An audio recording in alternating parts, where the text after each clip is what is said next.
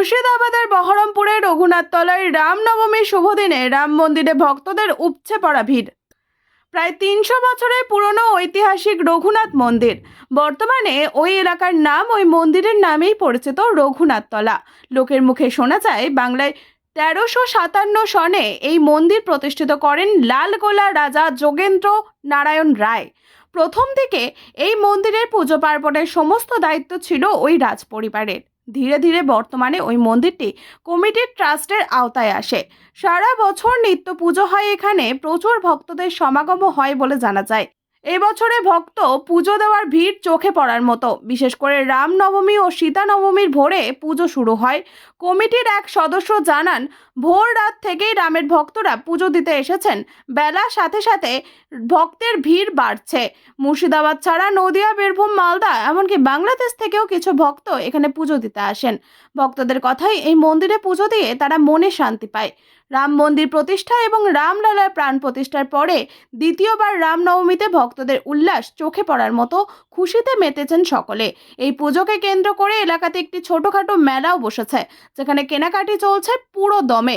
মন্দির কমিটি জানিয়েছে এই বছর এই পুজো উপলক্ষে ৩ দিন ব্যাপী উৎসব চলবে। উত্তরোত্তর যত দিন বাড়ছে আমাদের রামনবমী তিথি আপনাদের আরো সমাগম হচ্ছে। আমাদের বহরমপুর প্রচুর মানুষ এবং তৎসংলগ্ন আরো যত জেলা আছে সেখান থেকে প্রচুর মানুষের এবং প্রচুর ভক্তদের সমাগম আরো ধীরে ধীরে বাড়তে শুরু করেছে।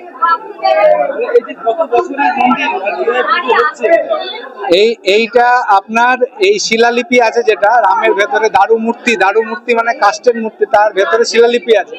সেটা প্রথম আমাদের প্রতিষ্ঠা করেন ঝাঁঝাপুর প্রতাপপুরের মহারাজা। তারপরে এই মন্দির আবার ভঙ্গুর হয়ে গেছিল, সেই মন্দিরটাকে আবার পুনর্নির্মাণ হয় ১৩২৭ সনে করেছিলেন আমাদের লালগোলার মহারাজা শ্রীযুক্ত শ্রী যোগেন্দ্রনাথ রায় মহাশয়। তারপরে আমার ঠাকুর পিতামহ স্বর্গীয় শ্রীযুক্ত দেবেন্দ্রনাথ মুখোপাধ্যায় মহাশয় এটা সেবায়িত হিসাবে এই মন্দির করেন। এখন বর্তমানে রঘুনাথজিউ দেব ঠাকুর কমিটির উদ্যোগে এত বড় একটি মেলার অনুষ্ঠিত হয়েছে এবং প্রচুর লোকের সমাগম আপনারা দেখতে পাচ্ছেন। আমার ৬ বছর হচ্ছে আসা। কেমন লাগে এখানে? ভালোই লাগে, ভিড়ভাড়টাও বেশ ভালো হয় আগের তুলনায়। এবারে ভিড়টা অনেকটাই বেশি আছে। কতক্ষণ ধরে লাইনে দাঁড়িয়ে আছে? এই ১.৫ ঘন্টা হবে, অনেকক্ষণ ধরেই।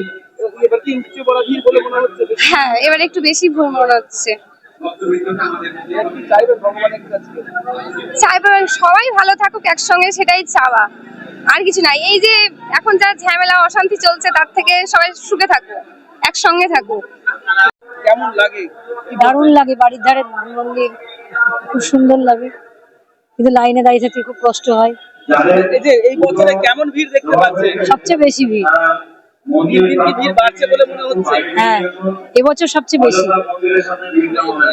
রামলালার মানে গত বছর তো মন্দির উদ্বোধন হয়েছিল, এই বছরে কি বলবেন যে তারপরে মানুষের কতটা ঢল নামছে?